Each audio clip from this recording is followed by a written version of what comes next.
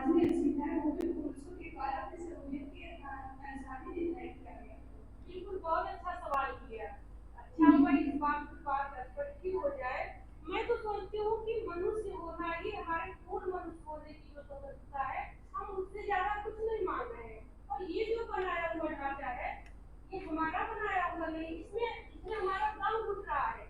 आप सोचिए, मैं किसी बात को एक ऐसे ही रख रही हूँ कि आप देखिए कि विवाह संस्था जो है, सामाजिक संस्था, जो एंगल्स की आप किताब पढ़ेंगी तो वो है ना, कौन सी उनकी किताब की, परिवार, निजी संपर्क और राज्य की उत्पत्ति, बहुत जरूरी वो किताब है। सब लड़कियों को वो किताब पढ़नी चाहिए। अपनी अस्मिता की ही पहचान कर रही है कि विवाह संस्था की उत्पत्ति कैसे हुई। विवाह संस्था की उत्पत्ति निजी संपत्ति की रक्षा के लिए ही हुई। ये उस किताब में एकदम स्पष्ट हो जाता है। दूसरी बात मैं ये कहना चाहती हूँ कि ये जो ढांचा है, जो इस ढांचे में हम हैं, तो स्त्रियों से पूछा गया कि उनका दम घुट रहा है कि नहीं, या नहीं। बहुत मान लीजिए, मैं भी मान लेती हूँ बहुत संस्था है ये, और जो जन्म जन्मांतर का कई जन्मों का सब कुछ रखा गया।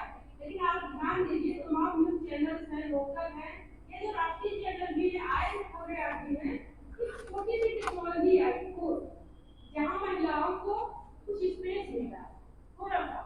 तो आप देखेंगे कि आए दिन घरों में मारपीट सिर्फ इसलिए कि वो किसी से बात कर रही है। ऐसा नहीं है कि बहुत सारी मुक्ति उन्होंने वहां से ले ली है, या वो रास्ता कोई बहुत एकदम पूर्ण स्वतंत्रता की तरफ जा रहा है।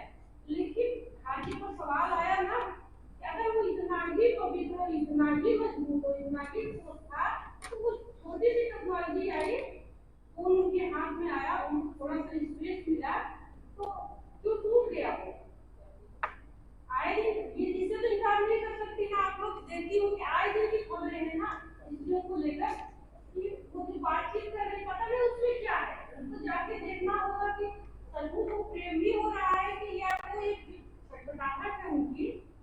वो कभी कभी तो बहुत सारी घटनाओं में मैंने देखा कि ग्रेजुएशन की घटनाओं में मैंने देखा, तो देखा कि वहां से तो वो इसलिए किसी से बात कर रही, अपनी बातें वो सब कर रही, उनके भीतर जो है वहाँ प्रेम या ऐसा कुछ नहीं है। लेकिन वो खाना दम घुट रहा था उनका, और एक जब स्पेस उनको छोटा सा मिला तो वो दरक गया। ये एक बात हो गई। अब इसमें मैं ये नहीं कह रही हूँ कि वहाँ मुक्ति का रास्ता खुल रहा है, क्योंकि वही पुरुष जो आपके घर में बैठा हुआ है, वो वही बाहर में बैठा हुआ है। और इस तरह तो नहीं, स्त्री पुरुष दोनों की जब मुक्ति होगी तभी समाज बेहतर हो सकता है। पुरुषों को अभी तो कंडीशनिंग ऐसी है, और जो तमाम उनके प्रिविलेज हैं, उनके जो विशेषाधिकार है, उसके कारण जो है वो एकदम से चीजों को स्वीकार नहीं कर रहे हैं। तो वो क्योंकि वो छूटेगा, जाहिर सी बात है किसी का प्रिविलेज छूटता है। तो अभी इस बात को आप ऐसे भी समझ सकते हैं बेटा कि जैसे कि जो हाशिए की जातियां हैं, तो जहाँ मार्क्सवाद में ये बात आती है कि भाई निजी संपत्ति नहीं रहेगी, इसी के कारण सारी चीजें हैं। हम ही लोग कह देते थे कि नहीं नहीं, ये तो ठीक है, ये ठीक बात नहीं है कि निजी संपत्ति हम यूज करें। ये हो गया ना, ये हमारा प्रिविलेज था। उसी तरह पुरुषों को भी है कि नहीं, जो हमें प्रिविलेज मिले उसको हम कैसे करें। भाई हम पुरुष हैं, उनको लगता है कि कुछ विशेष तरह से हमें बनाया गया है, प्रतिज्ञा हमें जो है पुरुष होने का जो कोई विशेष, मतलब उसको कोई जमीनी गुण वो मान रहे हैं कंडीशनिंग के साथ। तो शायद ये बात आपको समझ में आ गई होगी। हाशिए की जातियों की बात को लेकर मैंने ये समझाया कि सब अपने प्रिविलेज को छोड़ना नहीं चाह रहे। जैसे एक लड़की मुझसे कुछ बहुत बहुत अर्ज किया, तो मैंने उससे पूछा, वो स्त्री मुक्ति की तो बात को बार बार कर रही है, तो मैंने आगे पूछा कि इसी तरह तो हाशिए की जातियां भी कर रही है कि भाई उनका हिस्सा कहाँ है, उनका देश कहाँ है। तो आप लोग क्या जो निजी संपत्ति है, आपको मैंने पूछा, ख्याल आया कि आपके पास इतनी जमीन है, और जो आपके यहाँ जो जातियां हैं, हाशिए की जातियां हैं, उनके पास जमीन क्यों नहीं है? क्योंकि वो तो तुमसे कहीं ज्यादा श्रम कर रहे हैं, हम लोगों से वो कहीं ज्यादा श्रम कर रहे हैं, तो उनके पास क्यों नहीं है? सीधी सी बात है कि जो चालाक थी या जो जातियां पहले जो थी सत्ता में, उनके पास आई संपत्ति। अब जब लोकतंत्र बना, देश बना, बराबरी की बात हो रही है, तो वो भी चाह रहे हैं। तो वो एक बात हो गई कि वो चाह रहे हैं, अब आगे क्या होगा वो तो दूसरी बात है। लेकिन ये बात यही आके रुकती है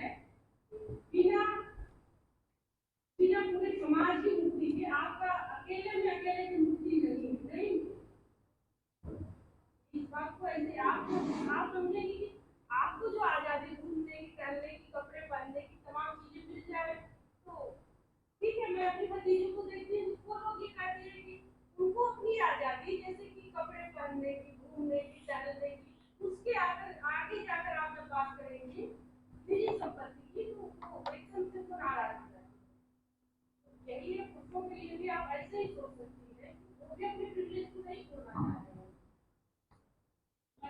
देखिए जो सुविधाएं हैं,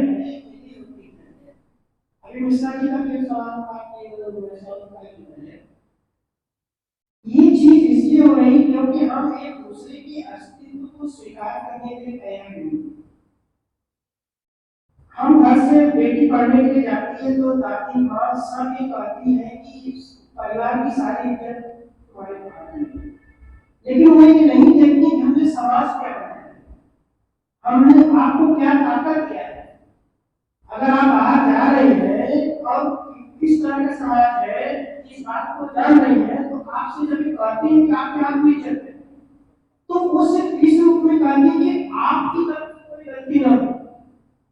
समाज को सुधारने का या समाज को जो है समाज को सुधारने का और इस समाज को अच्छा बनाने का हमारे पास कोई संकल्पना नहीं है कि हम समाज को कैसे, क्योंकि हम जब समाज में धर्म, जाति, ऊंच नीच तमाम जो विभेद है उन सबको बरकरार रखना चाहते हैं। और ये विभेद शादी में भी जो है कि हमारे अस्तित्व को कमजोर करते हैं। हम दहेज से मुक्त नहीं हो सकते, हम आडंबरों से मुक्त नहीं हो सकते। तो विवाह करना और हम करोड़ों रुपए में विवाह कर रहे हैं, लाखों रुपए में विवाह कर रहे हैं, तो ये तो एक तरह से हम पूंजीवाद को जो है ले रहे हैं ना, तो उसमें शादी कमजोर हो जाती है क्योंकि वो देखने लगते हैं कि समाज के अनुरूप हमारे बेटे की शादी नहीं हुई, तो फिर वो जो है दहेज का मामला बन जाता है। और ये तब तक नहीं होगा जब तक हम आत्मा के अस्तित्व को स्वीकार या चेतना के अस्तित्व को स्वीकार नहीं करेंगे कि हम चेतना से मिल रहे हैं। जब बारात को देखिए, जब के बाराती जैसे डीजे डीजे नाचते गाते जाते हैं और वो लगता है कि जैसे पूरे लड़की के अस्तित्व पर छा जाना चाहिए, लड़की के अस्तित्व पर पूरी तरह से उसका कोई मतलब ही नहीं है। वो लगता ही नहीं कि दो आत्माओं का मिलन होने जा रहा है या दो चेतनाओं का मिलन होने जा रहा है।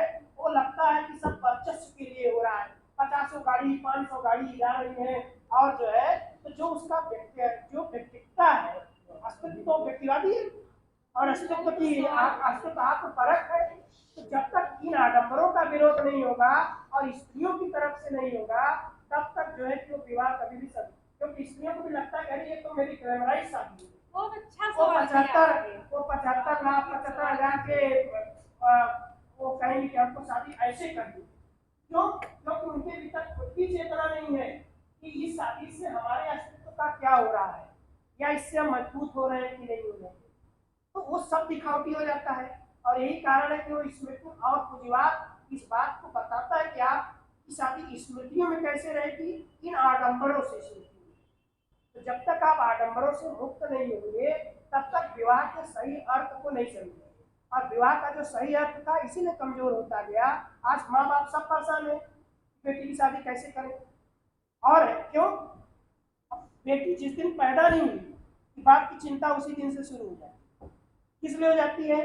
क्योंकि वो जान रहा है कि ये आडंबर से भरा हुआ समाज है और जो है ये सारी दिक्कतें हैं। तो ये सब चीजें जब तक नहीं टूटेंगी और हम अस्तित्व को, मनुष्य के अस्तित्व को, उसकी आत्मपरकता को पारस्परिकता से नहीं जोड़ेंगे, तब तक जो है ये समस्या नहीं, उससे मुक्ति नहीं। अब आपने कहा कि मैडम ने कहा कि ये बनाए रखना चाहिए, ये क्या स्त्रियों की जिम्मेदारी है? पुरुषों की जिम्मेदारी नहीं है? पुरुषों की जिम्मेदारी है कि इस चीज को जो है कैसे बनाए रखा।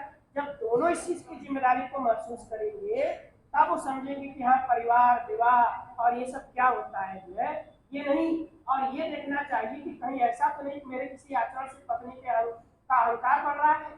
मेरे किसी आचरण से जो है अगर पत्नी का अहंकार बढ़ रहा है तो इसका मतलब है कि हमारा आचरण विवाह के अनुरूप नहीं है।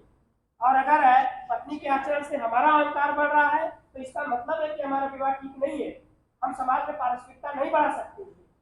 और पता लगा महिलाओं के भीतर जाति अहंकार है, किसके नाते?